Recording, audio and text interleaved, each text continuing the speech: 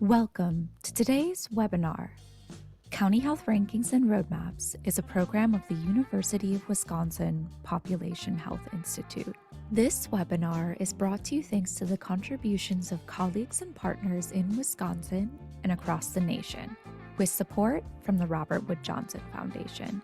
It is produced in collaboration with Healthy Places by Design, an organization that advances community-led action and proven strategies to ensure health and well-being for all. The University of Wisconsin-Madison occupies ancestral Ho-Chunk land, a place their nation has called Dejob since time immemorial. Today, UW-Madison respects the inherent sovereignty of the Ho-Chunk Nation, along with the 11 other First Nations of Wisconsin.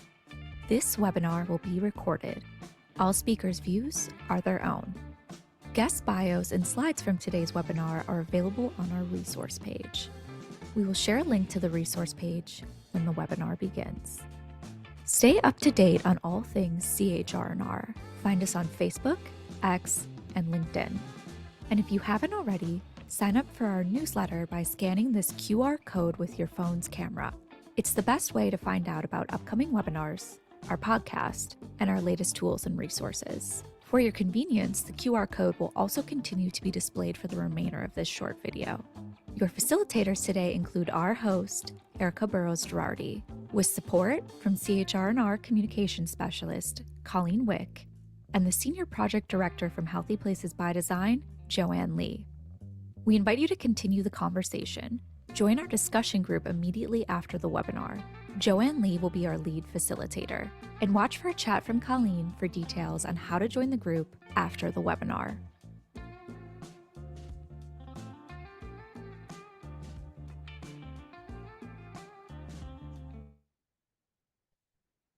Welcome to Identifying the Forces Behind Persistent Poverty. My name is Erica Burrows-Girardi. This webinar is the first in a two-part series that focuses on the policies and practices that create or maintain unfair and unjust outcomes, and also brings forward solutions that advance equity, belonging, and shared responsibility to address poverty. So please be sure to register for our June webinar, which will conclude the series. We will make sure that you have a link to that registration in your resource guide that you'll get tomorrow. CHR&R's webinars reflect values that we hold as part of the University of Wisconsin Population Health Institute. Values of collaboration, integrity, excellence, innovation, inclusion, and courage. These are the values that we aim to model during the webinar, and we hope that you will too. With that, I'd like to introduce you to the team that will aid in your learning experience. Let's start with Joanne Lee with Healthy Places by Design. Hey, Joanne. Hello, Erica, and hello to everybody in the audience today. Thank you so much for spending your time the next couple of hours with us. And I want to tell you that you are invited to join the conversation and engage with us during today's webinar.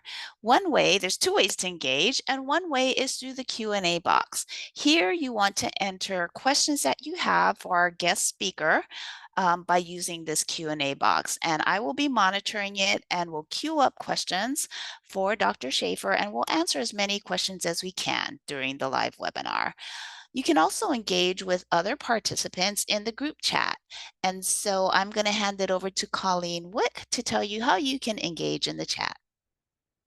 Thanks, Joanne. Hi, everyone. Like Joanne said, I will meet you guys in the chat. So you could use the chat to share knowledge or respond to questions that we may ask you during the webinar. Please join us in making the chat space welcoming by adhering to a few guidelines. So use the chat to share successes, lessons learned, relevant resources, and links. Please engage in respectful dialogue. Our chat conversations are very engaging, as you could see if you're looking at the chat going right now. So if it's too distracting for you, you could just simply close out the chat window in Zoom.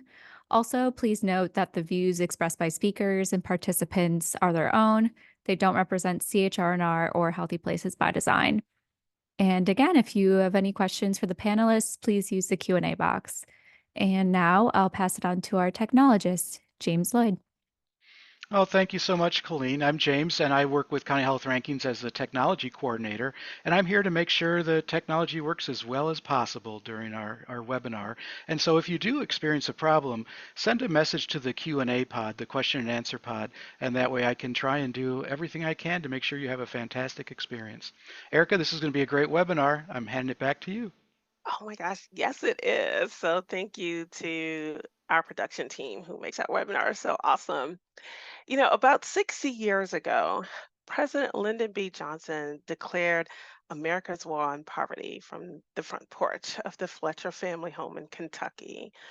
This war on poverty introduced sweeping legislation designed to eliminate poverty in the U.S. At the time, about 20% of Americans lived at or below the poverty line. And according to Johnson, the solution to poverty was to invest in better schools, health, homes, training, and job opportunities. Does that sound familiar? Yeah. So Johnson endorsed legislation created or expanded federal programs such as Social Security, Medicaid, food stamps, which we now know today as SNAP, Head Start, housing assistance, and Job Corps. And as a result, the poverty has continued to drop from that 20% that we saw in 1965 to nearly 12%, according to the latest census data. Yet there are regions where deep and persistent poverty remain. Regions that you see highlighted in purple here on this map, where residents wish only 12% of people were experiencing poverty. So the question is why? If we had these programs that were designed to eliminate poverty, why are we still here? Why are we still having this conversation? Could the core issue be related to structural barriers to economic opportunity that maintain advantages for some and disadvantages for others? Could it be related to structural racism? Could it be related to some of the dominant narratives that serve as undercurrents for the policies that, again, maintain advantages for some and disadvantages for others? Here to explore these questions and more is Dr. Luke Schaefer. Dr. Schaefer is a sociologist who has studied poverty for decades. Some of you may have read $2 a Day, which was a book that was a groundbreaking look at poverty across America. His newest book that he's co authored is The Injustice of Place, and it examines the forces behind persistent poverty. Dr. Schaefer, welcome. Are excited to have you with us today. It's great to be with you, Erica. I'm really thrilled to get to be a part of this conversation. Well, good. And I want to let everyone know that we're going to have a discussion group right after the webinar, like we typically do. And we're going to unpack what we are learning here today. So please plan to continue the discussion with us.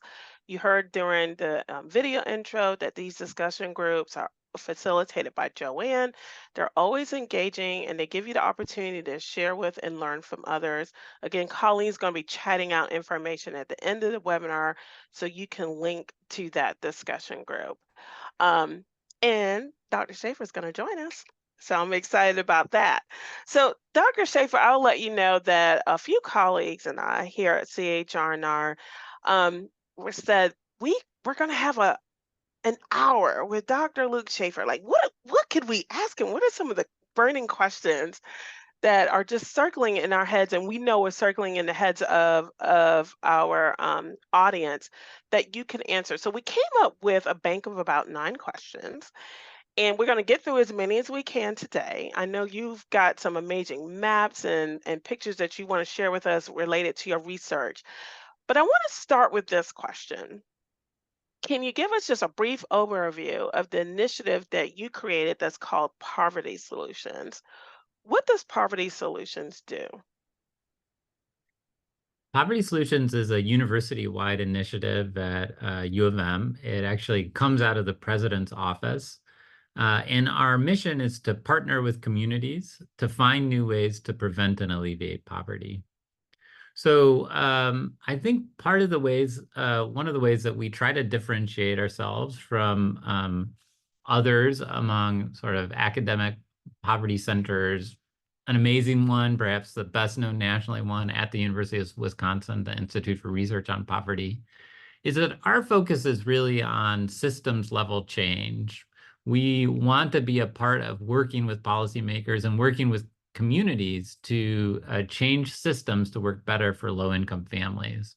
So some of the things that we do in the work of poverty focuses on individual level change. So can you create classes that help people eat more healthily, or financial management classes, or mentoring programs? And those are all really, really important.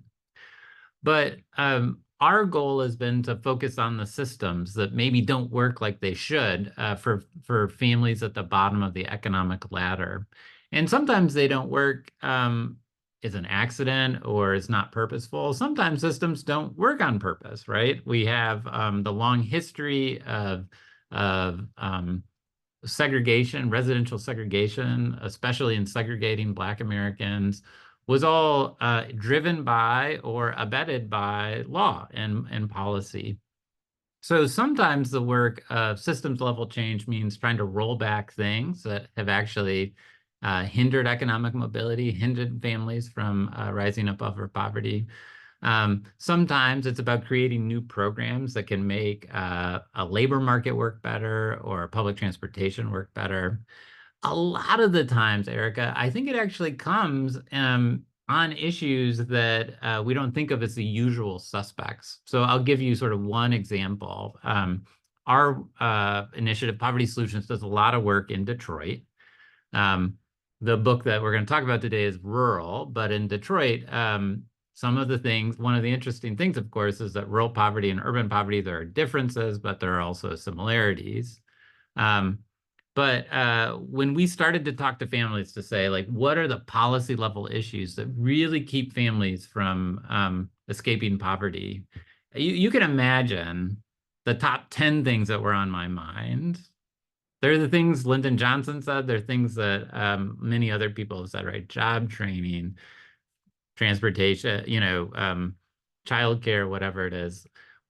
Maybe not among my 100 top list was something that came up over and over again, which was the high cost of auto insurance. But then we went back to the data, and it turned out the same policy that costs like $1,200 nationally was actually pricing out at $6,000 in the city of Detroit. So the highest auto insurance in the entire country. And that's like 20% of the annual income of a Detroiter.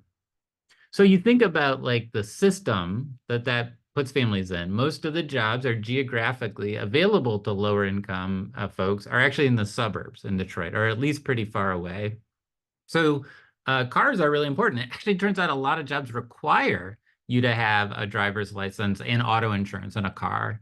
Home healthcare workers, for example. So a family is trying to make the decision, do you spend $6,000 on auto insurance? Maybe you couldn't quite come up with it this month. Do you drive uninsured? Imagine a single mom that has to make that choice, and then they decide to drive uninsured, but they get pulled over for an out taillight, and then they get a ticket that costs a huge amount now, because as a state, we've been reluctant to raise our taxes for our income taxes for a long time. And in part to help with that, we've raised all the costs of our fines and our fees. So we think of that as like a structural cycle of poverty. And we like to think about all the things that affect families at the bottom of the economic ladder that maybe, we didn't think of because as scholars, because we don't live it and we don't really know. We don't know sometimes we don't even know the right questions to ask. Yeah, and I'm so glad that Poverty Solutions is working on these issues, because just like you said, never thought about it. And in these states, like I live in a state in which we don't have state taxes. So I am very familiar with what you're talking about. All of these other things becoming super expensive because we don't have a state tax infrastructure as well. So, So, yeah. Erica, we do a lot of research on things like housing. We might think of how housing and health are interlinked. Mhm. Another great example of our work was to focus on land contracts. So that's actually a low-cost path to home ownership, but it can be extremely exploitative. And so when we were first asked by the city of Detroit to research and learn about land contracts, we thought land contracts are bad and they can be exploitative because they don't really have the protections of home ownership or renting. But then we started talking to community development corporations that said, oh my God, like land contracts, they're the only thing we have that can actually help build wealth. And so, yes, they can be exploitative, but they're also our best tool for making low-income Detroiters, and which is a predominantly Black Americans, homeowners. So what we need you to do is figure out how do you reform them to keep the positive parts and get rid of the negative parts. And so we were able to write a paper on that with a community partner that has now spurred legislation in multiple states. So that's where we like to live, is trying to turn research into action I using, love that. yeah. Yeah. In fact, next month, teaser for next month, we Ooh. are actually yeah, we're bringing in partners for rural transformation Oh, that I is love those focused. guys. Yeah, you should be familiar Yeah, with them, and they're absolutely, going to of be course. working on. They are a network of community development finance and institutions, Yeah, so we'll be CDFIs, yeah. visiting with them. Now, so let's get into the book. So, Great. The Injustice of Place is a fascinating book. What learning surprised you in your research? I mean, I was reading the book and I see you all went to all of these places across the United States. A lot of those areas are those purple shaded areas that we saw on the map, on the census map. Yep. Tell us what you learned in a book that was just so surprising, and what are some points that we need to keep in mind? So this book really came out of my last book. In 2015, I co-authored a little book called $2 a Day, Living on Almost Nothing in America. And that was really a book about very, very poor families. And we were following families who they might have access to food assistance. You mentioned now called SNAP. Some have a housing subsidy, although housing is so rare these days, that kind of help. But they had no money at all. And so we use big data and then also ethnographic work of connecting with families and following their lives um, in Chicago, in Cleveland, in Johnson City, Tennessee, and then down in the Mississippi Delta. And that's where we really started to develop our method of research and learned again, like this lesson that a lot of the times the things you go in sort of expecting to be true aren't. If you take the time to really listen and try to understand and not let your presumption sort of guide the day. One thing that I learned about through $2 a Day that really surprised me is that as we were asking families, how did you, how do you sort of make it from day to day if you don't have any money to buy toilet paper or toothpaste or clothes for a job interview? And I remember seeing sort of a little crease on the inside divot of one of our respondents' elbows. And as we talked a bit more, I had presumptions about but as we talked a bit more, I learned it was a small scar from selling her blood plasma so often. And so we had lots of people who had the only money coming into their household was $30 to $50 a time that they could get from selling their blood plasma twice a week. And Jessica Compton was one of them down in Johnson City, Tennessee. She would use her SNAP benefit to eat an iron-rich bar so that her sort of iron levels were reasonable enough. She would check out a book from the library to read because it would calm her, so her blood pressure was okay. And that was the only money coming in for her family of four. Um, and we were able to then follow that data back and learn that actually the United States accounts for about 70%, 65 to 70% of the world's plasma supply and only 40% of the demand. So some people refer to the United States as like the OPEC of blood plasma. Um, And it's a part of this just really, huge market that is also a market that saves lots of lives, right? So if there was less plasma around, there'd be less people getting it, and there would be people dying, right? So you see this sort of interlinkage, like symbiotic relationship, but it is literally like a massive industry that is based on the blood of poor Americans. And it was something that me, as a poverty expert, sort of knew nothing about going in. So $2 a day sort of taught me a lot about like the use, like how incredibly important this combined mixed methods type approach, right? We call it iterative mixed methods to have a fancy name for it, where we're using data and we're connecting with people to learn things. And after the book came out, we heard from Robert Wood Johnson Foundation, some wonderful program officers from a foundation you all know pretty well too, and Katrina Badger and Andrea Ducas. Always be incredibly grateful to the two of them. They said, hey, we read $2 a day, and we would love to, we were wondering if you could do something like this for communities, right? Could you do something not on very, very poor families, but very, very poor communities? I see Nan is mentioning the SNAP benefit. Another thing I didn't talk about for very, very poor families is selling their SNAP benefit, which happens to be illegal, but also is a fundamental way to get the little bit of money that you need to sort of survive in the United States. So we thought that was really interesting. We wanted to try to use the huge growth in our data infrastructure. The county health rankings are such an incredible resource to all of us. So we were so grateful. We were able to pull for every county and every city of the 500 largest cities, life expectancy and low infant birth weight. We were able to use the American Community Survey data to look at official poverty rates. In part, we just wanted to have a more holistic sort of measure of poverty because, there's been a lot of discussion that like income is really only a piece of the puzzle, right? So we combined income data with health data, and then this incredible data by Raj Chetty and Nathan Hindren on rates of social mobility using tax records. So they can tell you, if a kiddo grew up low income, it's from a cohort from the 1980s. If they grew up low income, what are their chances of rising up the economic ladder in adulthood?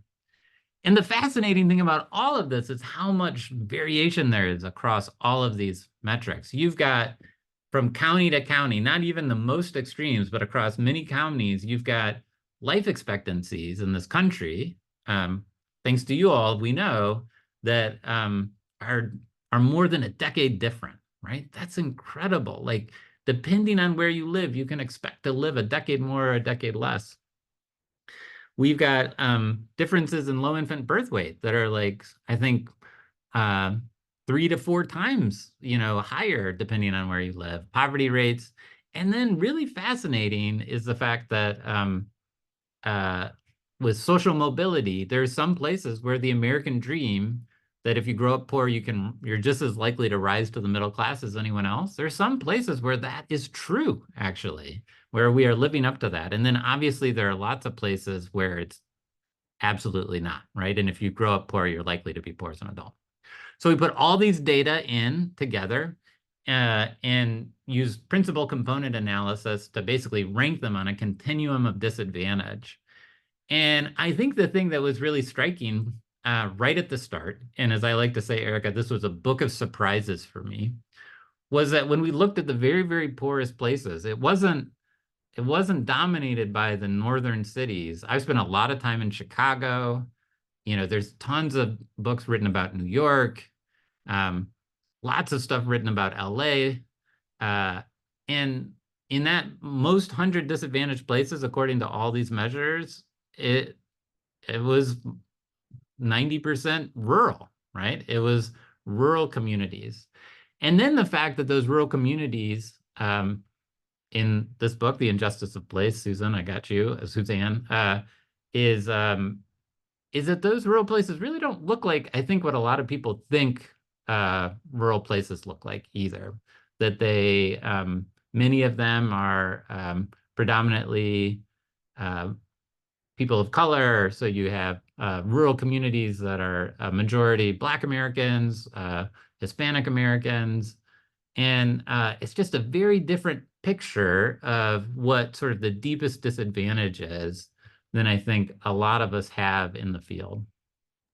Yeah, I want to show this map that you have here. Just want to share this with folks.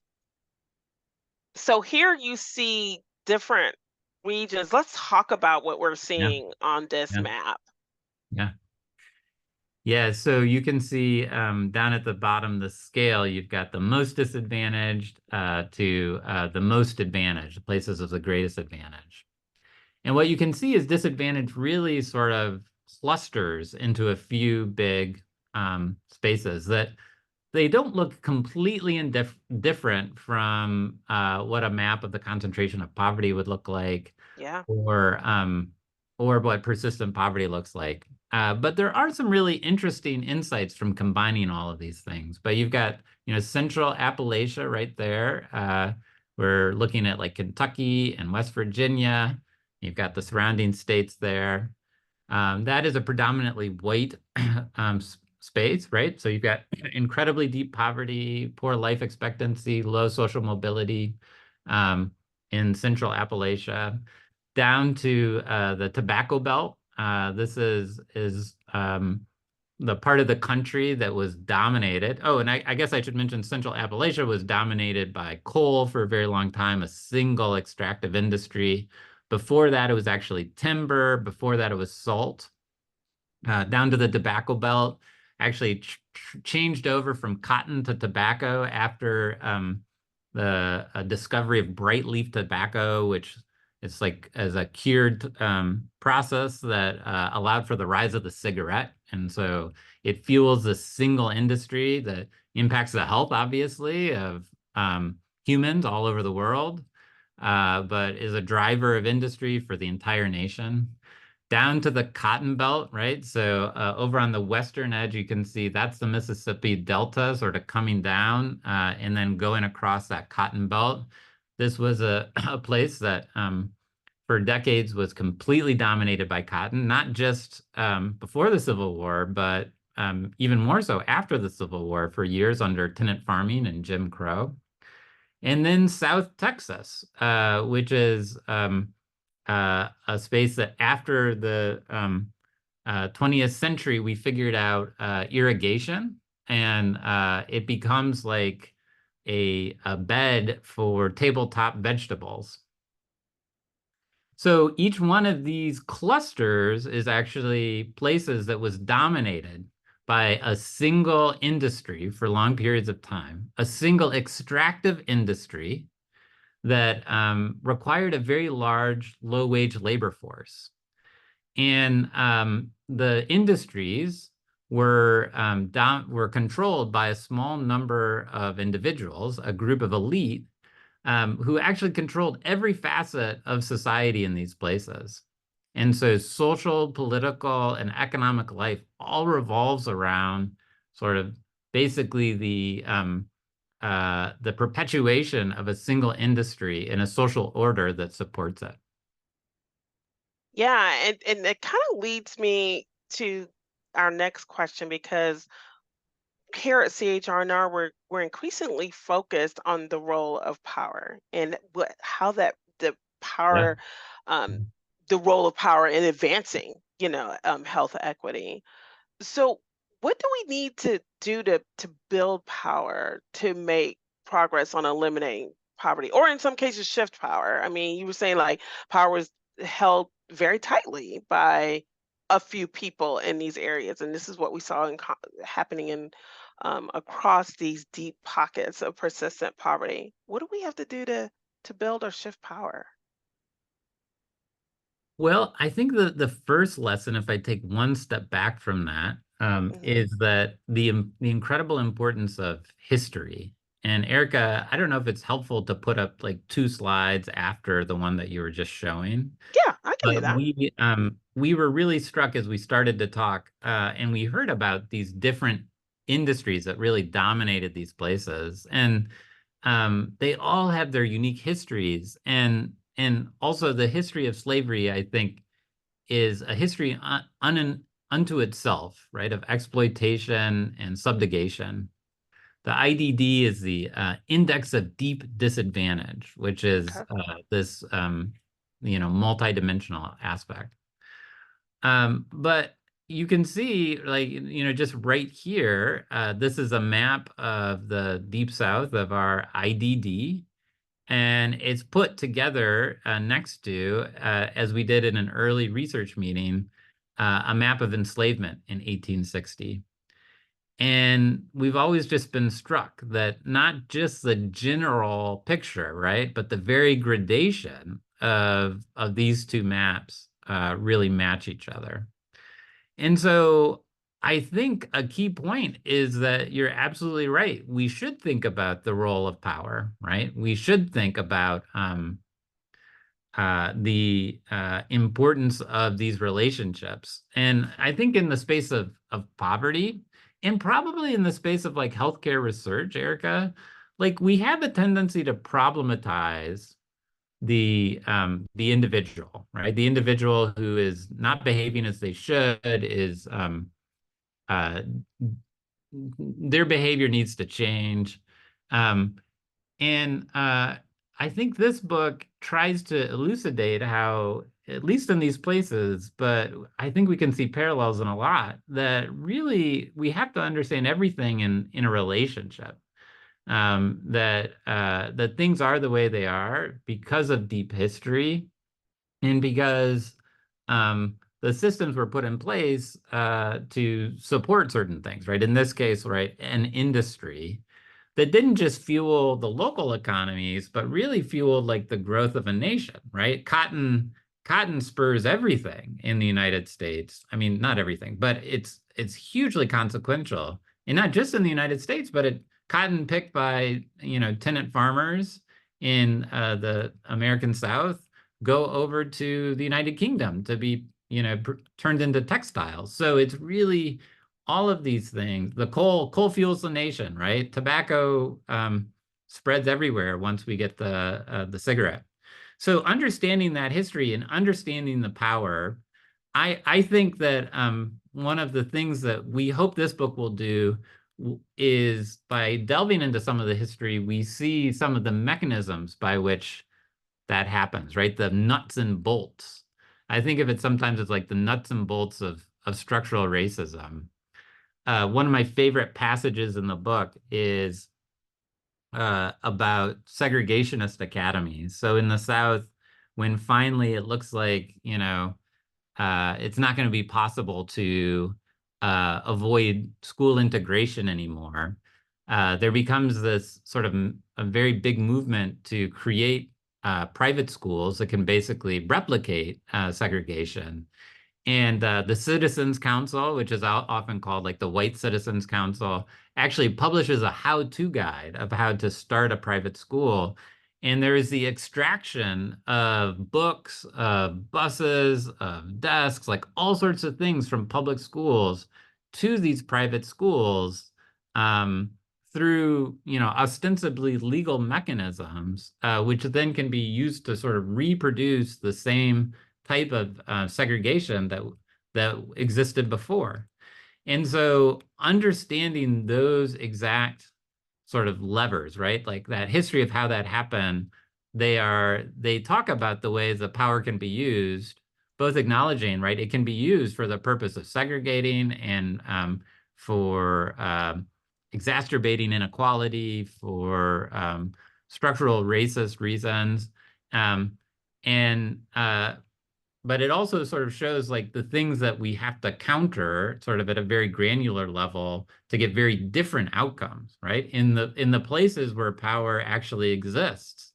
Sometimes it's not, always exactly the places that we think. Sometimes it's in sort of an arcane municipal office, right, where they're able to do things. So I think like learning from this history both can tell us why we are in the circumstances that we are a lot of time, and give us some of the ideas of how we can move to a different kind of future. Yeah. Yeah. I want to talk another way that we see power showing up is in narratives or worldviews. Um, I want to talk about one that is really troublesome that kind of still um, is pervasive today. The answer to poverty is to simply pull ourselves up by our bootstraps. So, why is that so troubling? And what types of narratives or worldviews do you want people to hold and understand?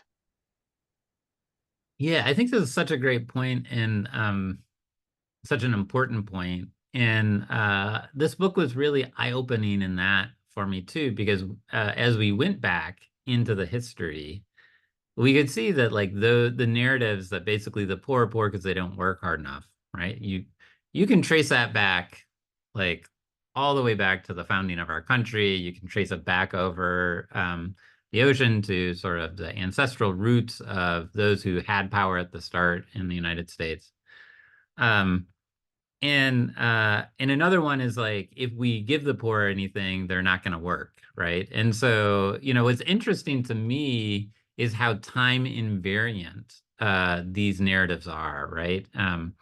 And I think they speak to the fact that when we're programmed with sort of stereotypes, anytime we see evidence that sort of fits into those stereotypes, we it sort of it reinforces them, right? We call it Yeah, like that confirmation bias. positive confirmation bias. And I think you see that a lot, like with people who they've heard things and about poverty, about how about people who behave in poverty, and then they see something that they think sort of fits into it, and they often don't know the actual circumstance, but they're like, oh, there it is, right? And then it's like, oh, okay, there it is. Um, One, I think, really interesting sort of nuts and bolts example of this was in Central Appalachia, where we heard like over and over again this this story about stupid checks, and the story was that um, there were one of the biggest problems in the schools in Central Appalachia was that people um, trained their children to act stupid so that they could get SSI checks. So that's a form of Social Security.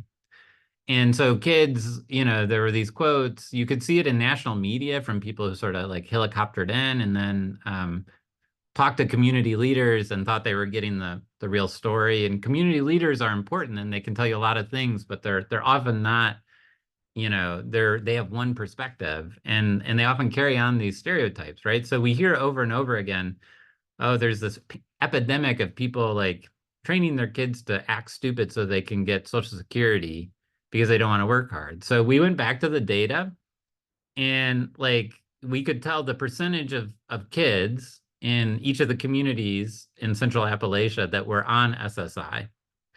So if the stupid check story was real, what would you expect that to be? It would have to be like what, like 30%, 50%, maybe 25%. It was actually about 5% of kids were getting SSI, and that's just a little bit elevated from what the national average is, right? So I think the national average was like 2.5 or 3%.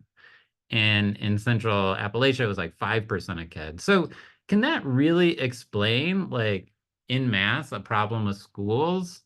Um, on the other hand, like a lot of the schools where we heard about this, like one in particular had just been taken over for financial mismanagement, right? Had been sort of the subject of corruption. And gosh, we heard stories actually of government corruption in every single community. Like folks on the webinar, they might be familiar with the Mississippi welfare scandal that involved Brett Favre, Super Bowl winning quarterback, who took $1.1 million to give speeches that the federal government doesn't, that actually the state government doesn't, there's no proof he ever gave and really probably couldn't have given them. Um, in Appalachia, right, you have schools where it's been taken over for mismanagement of funds.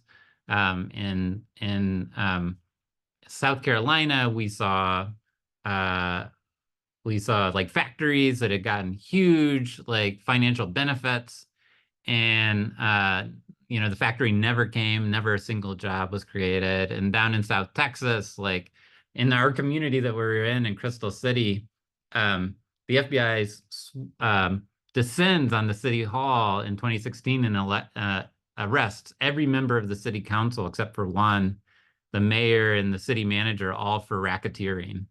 So, interestingly, like we've got 5% of kids who are getting SSI. It was a little bit higher than the national average, but not a lot. And you've got like case after case of like corruption. That means like the resources aren't going to the schools, right? Elected officials are not working on the programs that could actually help families. But that story never comes up, So, I think it speaks again to this thing that we started at the top, that like none of us are a blank slate with poverty because these stories are so ingrained. Right. Yeah, this one sort of funny thing is like when I say I'm a poverty scholar at the dinner party, everybody has a view, right? Whether or not they've ever, done anything at all. So we all come pre-programmed to what to look at, and we sort of miss these other things. And it's hard to see like what the equivalency is between like perpetual government corruption and a few Right. kids getting a little bit of money, but what we focus on is so deeply ingrained that like if we see anything that looks like it, it helps just perpetuate us thinking about it and talking about it more. You know, I appreciate you just I don't know. I feel so affirmed by the things that you're saying because I'm like, I know this to be true, but so and um I'm sure our audience is feeling the same way. Um, in just a second, we're going to go to questions where you'll have an opportunity as Dr. Schaefer some questions if you've placed them in the Q&A pod. So make sure they're there now, and Joanne's going to lift those up. Don't forget, you can also join us in a discussion group at the top of the hour where we can unpack a little bit more. And I'd love to hear from you all in the audience about some of the work that you're doing in your own states related to lifting people out of poverty. And I'm sure Dr. Schaefer would like to hear from you as well. One question I want to ask you before we move to Q&A is, what are the key ingredients for creating sustainable local policies to address poverty? So, what is it that we need to make sure we are doing to create sustainable local policies?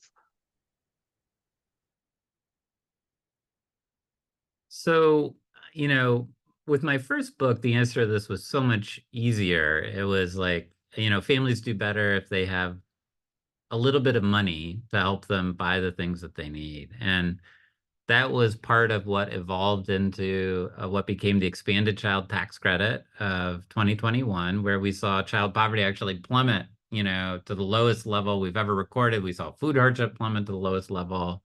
And there are some lessons there for this story too, which is that when we have a policy that's sort of regulated by the federal government, like a Social Security, for example, we actually see it sort of play out more evenly across the United States. When we have things that are all state by state, that's where you start to see inequality across the states. So that's something to think about. But I have been struck with this story about how there's no single antidote, right? This is really a complex story, but I do think by starting with listening, by starting with that humility, we can get some ideas. So our book really highlights a couple of the key mechanisms. We think of community violence as a huge mechanism by which sort of the story that I'm telling is just reproduced over and over again. Low mobility, we think, sparks violence, and then violence really inhibits mobility, right? It really negatively impacts folks. And so figuring out some of the things that we do to really try to reduce violence.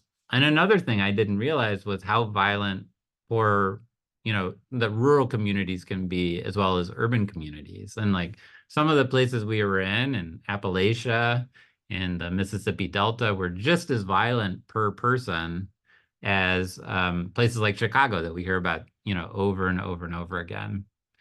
Education, that's another place that we really need to intervene. And there, we like one sort of policy that we think fits the type of bill that we're interested in, which is it does look like we can make schools better by investing in teachers. That shocker, right? Research says if we treat our teachers better, the evidence is actually strongest for the early teachers. Teachers early in their career. So if we can, teaching is so incredibly hard that a huge fraction of people burn out after 5 years. But it looks like if we do more to bring passionate, talented people into teaching, even for 5 years, we can really improve outcomes. So if you have a minimum teacher salary, that's a type of, somebody just asked about Flint RX Kids. I hope I get to talk about that for a second, Erica. I'll talk about it with this question. So the minimum teacher salary with added resources is something that probably is not going to affect higher income communities because they're already paying higher than that, but can raise salaries, especially in low income communities, without targeting them, if that makes sense, right? So it sort of gets at the goal of doing more for low-income communities, but it doesn't become something that they're like, hey, why did they get that and we don't? Something like that. All right, RX Kids, that's the thing, the most joy in my work life right now. It's a program in Flint, Michigan. Flint is actually among the top 10 most disadvantaged places, according to the index that I built. But is also just this incredible community, this incredible history, right? And a community that really banded together after the water crisis and has done so much and come so long. So I'm just honored that with Dr. Mona Hanna-Attisha, who turned the tide on the Flint water crisis with her research on lead levels of little kiddos in Flint, to get to co-direct a program called RX Kids, which is, it combines my love of cash, right? With evidence. So it's a prenatal and infant cash prescription program where every family in the city gets $1,500 in pregnancy and then $500 a month until their baby turns 1. And there's evidence from all over the world that we can improve birth outcomes, that we can improve the health of kiddos, that we can reduce child welfare involvement with money during that window in particular. And it's funded with philanthropy, but also TANF dollars, temporary assistance for needy families. Those are the dollars that Brett Favre absconded with for the speeches, right? And the Mississippi welfare scandal. In states all over the country, they don't use these dollars appropriately. I think policymakers from Paul Ryan to Barack Obama have all said we need to change the way we use TANF dollars. And this has created a pathway for that. That we're really proud of. It just started. It's not a pilot. It's something for everyone in the city. But beyond just a policy mechanism, it also, we hope, is a vehicle for narrative change. And that's also something that I think is important, right? Of saying, Flint is now a leader to the nation. They can be like, hey, we're doing more for our babies than any other place in the entire country. Why don't you all step up your games? And that's just a fundamentally different message. And there's a lot of power in that. Yeah, so I love that. So I love the fact that you started with saying we have to be humble. We have to have engaging. So it's a couple of things. I want to summarize what I heard you say. You said we have to have the humility to be able to engage with people, to actually discover solutions. Invest in our teachers. I love that.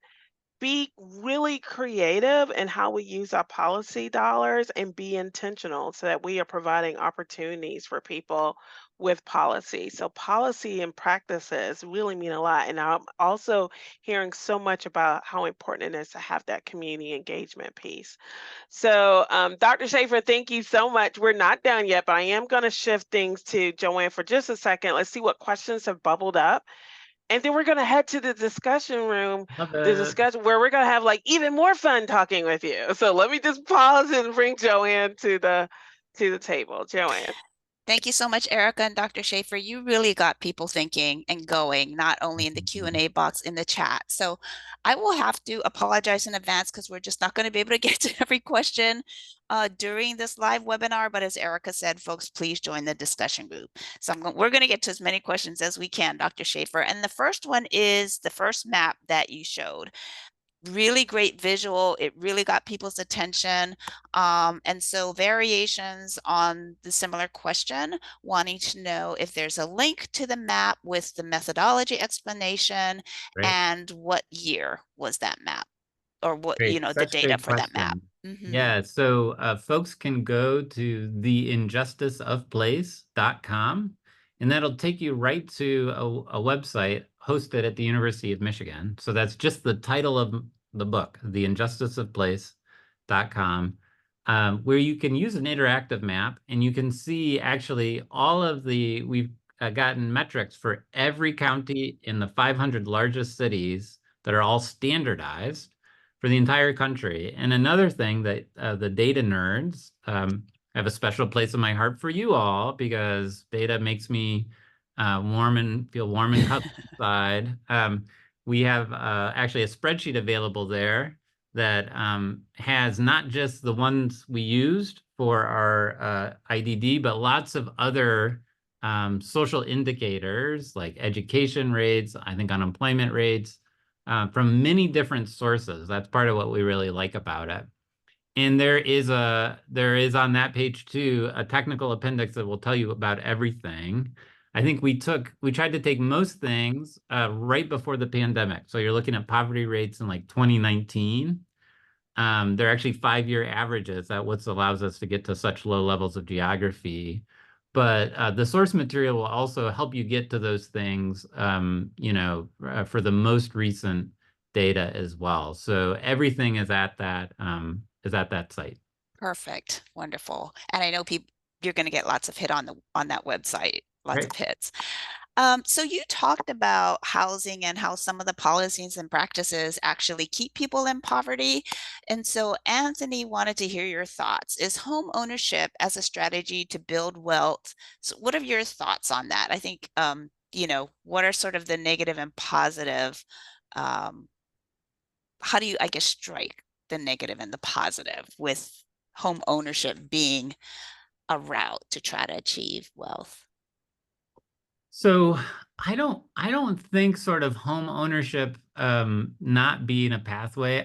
I just don't see that sort of going out. Like I just think it's something that's core to our fabric. It's certainly a place where the most people have their wealth tied up, right? And so I think we should be doing more. One thing that we haven't been doing is actually building housing of any kind we've actually been building 1 million fewer units a year since the Great Recession. So like 2012, I think. And so we really have to rethink that. We need to rethink zoning laws. Like, how can we make building housing cheaper?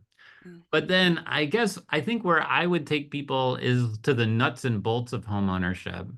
So land contracts is a great example of that. So take a place like Detroit, where lots of the housing stock is valued. Actually, Detroit has done incredible, like housing prices have really increased in terms of building equity across the entire city. And that's a really positive thing. But still, you can often buy houses for $30,000 or $40,000, and that's just not something a traditional mortgage is gonna cover. So that's why an avenue like land contracts really, really matters, where we're going to try to like make as positive these other avenues to start building equity more positive. So I'm not saying that's the only route, but that is sort of the layer where I would like us to be focusing on. Another one that comes up in our book is housing heirs property. So we have a whole chapter in South Carolina when we went we were in Marion, South Carolina, and I started saying, hey, what's on your mind? Again, part of this humility. All we heard about was the 2 hurricanes and a severe flood that had hit the community.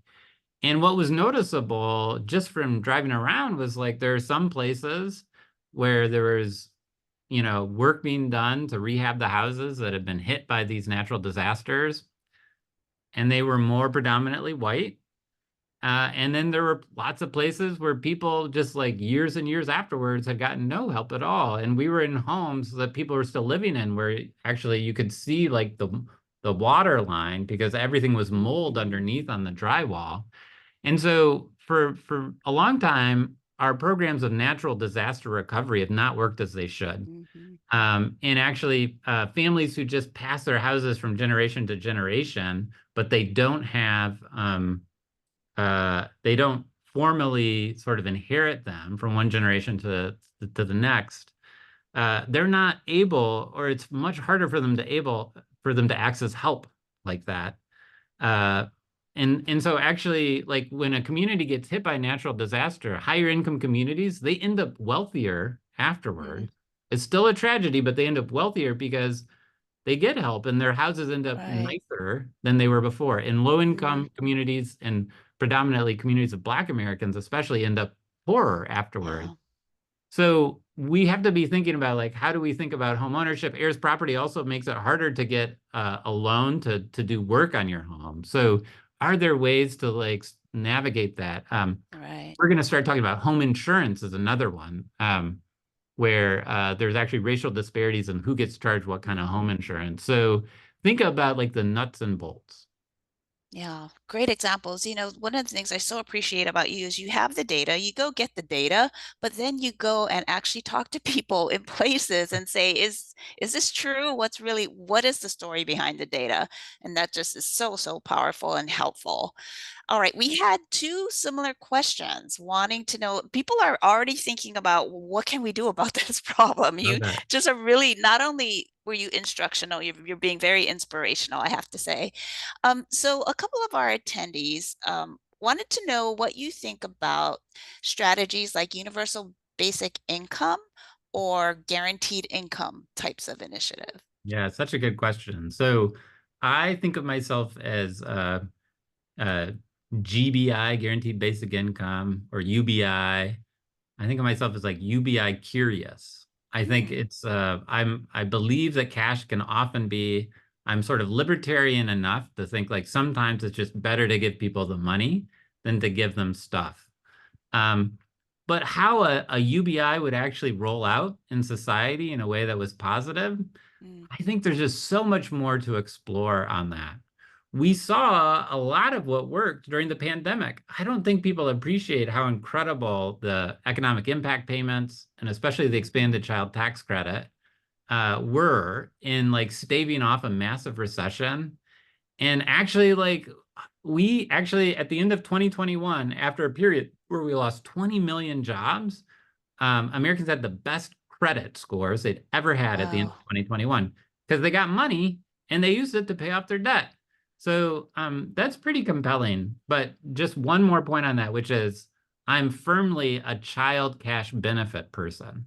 So this is a policy that has been tried all over the world. Like 50 plus countries, I believe, have a universal program, and many more have sort of means tested programs. And every time we say raising kids is expensive and society should help parents in that work with a little bit of money, we see child poverty plummet, we see food hardship plummet, we see kids do better on so many different levels.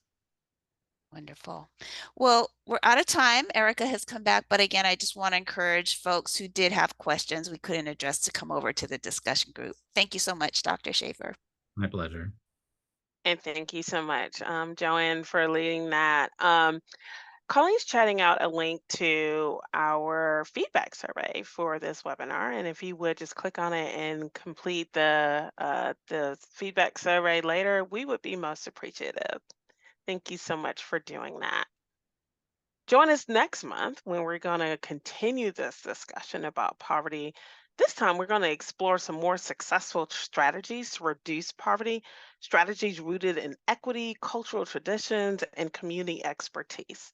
Emily Burleson from Partners for Rural Transformation and Lissa Regier from Thrive Allen County will join us. So make sure you plan to be a part of that. And of course, stay connected with CHRNR by subscribing to our newsletter, which is the best way to learn about upcoming webinars, any updates we may have, and our podcasts. You can also find us on Twitter, well, now known as X, right? And Facebook and LinkedIn. So thank you so much for participating. Colleen is now chatting out the link to that discussion group. And again, this is a chance where you can join in the conversation. We're going to be facilitated by Joanne, give you an opportunity to chat with Dr. Schaefer, but also each other. I'm curious to hear about what you're doing in your communities. So please plan to join us in the discussion group. And with that, I want to thank Dr. Luke Schaefer for spending time with us today. I look forward to seeing you all next month, and thank you for everything that you do to advance equity in your communities. Bye bye.